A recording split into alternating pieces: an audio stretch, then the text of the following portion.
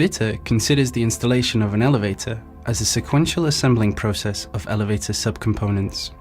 It is for this reason that the parts of wittur's elevators are carefully sorted and supplied in modules. By module, we mean the group of components which, once assembled, carry out a specific function within the complete elevator. Each module can be made up of one or more packages. These packages are identified with a description of the module and its position within the assembly sequence. The supply of the elevator has been designed to fit what we consider to be the logical assembly sequence of a machine roomless elevator. The package that we have to open first is labelled and easily identifiable. Attached to this package, in a protective plastic cover, is the packing list and a document which details and lists the material supplied in each of the various modules. In this first package, we can find the assembly manual of the elevator and all the assembly handbooks of the individual components.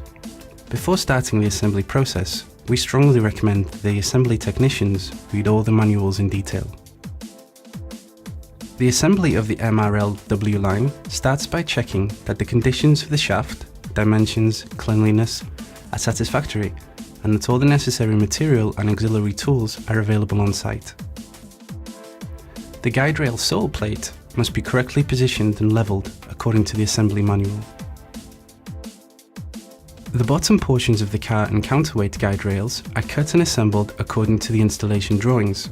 Should there be a difference between the pit depth given in the installation drawings and the as-built depth, the bottom guide rail can be adjusted and cut to the right length. A tool to help align the guide rails is recommended in order to guarantee a correct assembly. wittur can supply a guide rail alignment kit upon request. The first row of guide rail supports is assembled. Their position is detailed in the installation manual. With the help of some scaffold platforms, the successive guide rail portions, 2.5 meters or 5 meters, are assembled with their corresponding support brackets. Once the last section of the counterweight guide rail has been assembled, the topmost bracket can be fixed into place. The last portion of the car guide rail fixed to the bed plate is assembled once the machine support has been installed. Alternatively, the process of assembling the guide rails can be carried out from a temporary platform which is fixed to the guide rails that have already been mounted and lifted up through the shaft by means of a block and tackle. The machine bed plate is assembled next. A comfort kit is standard supply for 1.6 meters per second, but optional, though highly recommended, for 1 meter per second. These low-frequency metallic cushions absorb any vibrations that the system may produce. The machine is fixed to its support and is lifted and guided into position with the help of a block and tackle.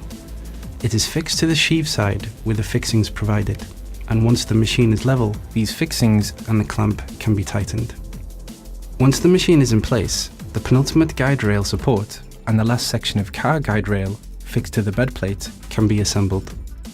The dead hitch point can now be assembled, followed by the overspeed governor and the slack cable control device, should it be applicable. At this point, all the mechanical elements of the elevator are assembled in the headroom.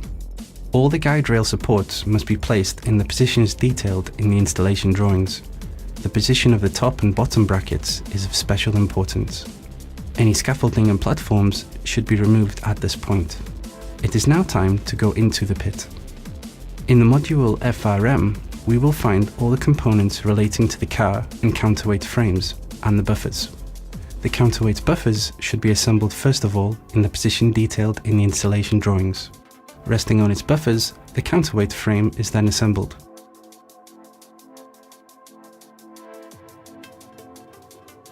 A partial loading of the counterweight should then be carried out, according to the individual assembly requirements of each elevator. The car buffers are assembled next in the position detailed in the installation drawings. Resting on its buffers and on the car floor, the car frame is assembled.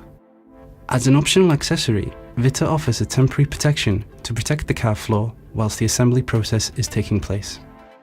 The slings are now correctly assembled and positioned within the shaft and between the guide rails, and it is time to suspend the car slings in order to assemble the traction ropes. All the necessary material is applied in the module ROP. The machine should previously have been connected to the power with the encoder cable. The car sling is then lifted with a block and tackle to the highest floor that allows the floor of the car to lie flush with the landing FFL. Its position is maintained by means of the car frame locking kit. This element has not been designed to specifically suspend the car, but to fulfill the function indicated in clause 6431 of the standard EN 811A3. For the assembling of the traction ropes, please follow the instructions detailed in the elevator's installation manual. Repeat the process as many times as needed. A rope clasp guarantees the correct alignment of the ropes as they are fed into the grooves of the sheave.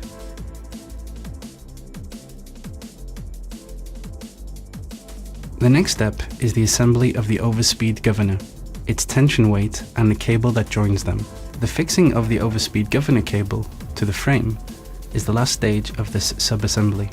At this stage, the elevator can be used as an elevating platform with the use of an assembly operating panel. The elevator must be handled with great care during these journeys. With the help of the elevating platform, the landing doors are assembled. Before starting the assembly of the car, it is essential to mechanically block the car frame and to remove the floor protection should it have been used.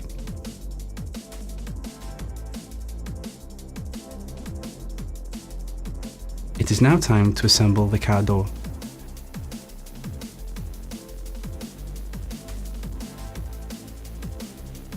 The pit components can now be put into place. The counterweight screen is fixed to the guide rails, and should it be applicable, the pit ladder is fixed inside the pit. From this point onwards, the electrical elements can be assembled. The MRLW line controller, with its plug-and-play concept, is probably one of the market's most easy and intuitive controllers to install. It is delivered perfectly packed and identified in 4 packages: power and control, pre-assembled electrical installation of the shaft, electrical elements of the car, and the controller cabinet. In each of these packages there are various assembly kits, each one accompanied by a description of its contents and an assembly manual, numbered according to the assembly sequence. The controller cabinet, with its reduced dimensions, is placed neatly in front of the frame of the landing door located on the last floor. The simplicity of the controller does not reflect its features. The MRLW line controller can be supplied also according to other standards, such as EN 8170 and EN 8173. Upon request, it can also be adapted to the EN 8171 and EN 8172.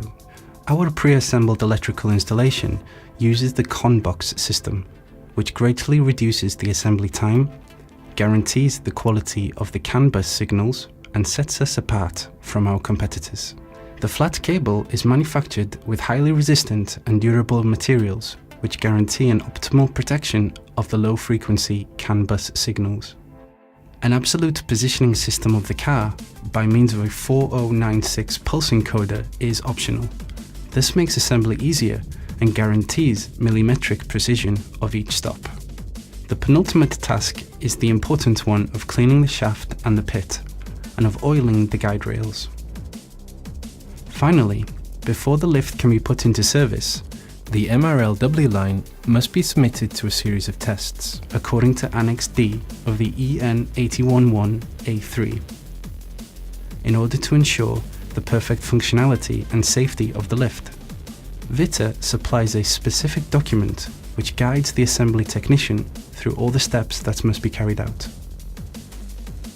wittur has been issued by IONOR a conformity certificate confirming the implementation and maintenance of a quality assurance system for the design, manufacturing and final testing of elevators, and certifying that it complies with the requirements of Annex 1 of the Lift Directive 95/16/EC. This means that any assembly company with a quality assurance system compliant with the Annexes 12 Module E or 14 Module D of the Lift Directive 95/16/EC can put the lift into service and certify it accordingly. wittur can also supply the necessary documentation allowing any assembly company without a quality assurance certificate the possibility of certifying the elevator through an external notified body according to Annex 6